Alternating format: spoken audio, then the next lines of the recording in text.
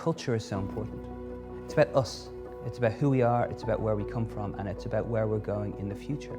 When people think about cultural heritage, sometimes they only think about windswept castles or archaeological sites on faraway islands. But we're actually also talking about the inherited living traditions of societies, the stories, the technologies that have been passed down from generation to generation. Is important because it tells us so much about how a world has changed, how our world and its resources have been used and exploited. Cultural heritage is threatened by climate change. The risk to the physical structure of many of these heritage sites and also to natural landscapes means that there's been a huge push over the last several decades within research to find ways to understand them in a non-destructive way. One of the real benefits of working at Queen's University is our interdisciplinarity. Between archaeology, paleoecology and geography, we have a wealth of scholars able to bring their expertise. At one such site where we did work, the old and new towns of Edinburgh, Edinburgh Castle, which is a World Heritage Site, has become an exemplar for how we can turn historic sites into examples of reducing carbon.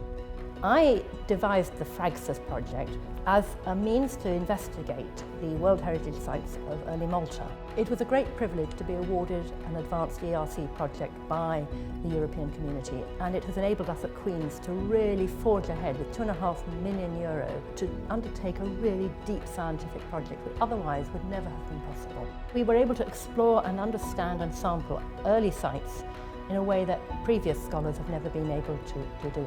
The impact of our research on Malta has been really quite profound because we can now see the results of this in the way that the sites are being managed, the way the sites and the ancient history of Malta is being interpreted and presented to the touristic public, and tourism is a very large part of Malta's economy. So it really matters how their ancient past, their really important past, is presented. When we undertake research, it's incredibly important that we do so in a consensual way that works hand in hand with local partners and local communities. It is not just about working with somebody, it is about co-creating with these people. It is about designing projects together, undertaking research together, sharing resources where resources are needed to have the most impacts. For a long time, Queen's archaeology and paleoecology has been at the forefront of research into the past.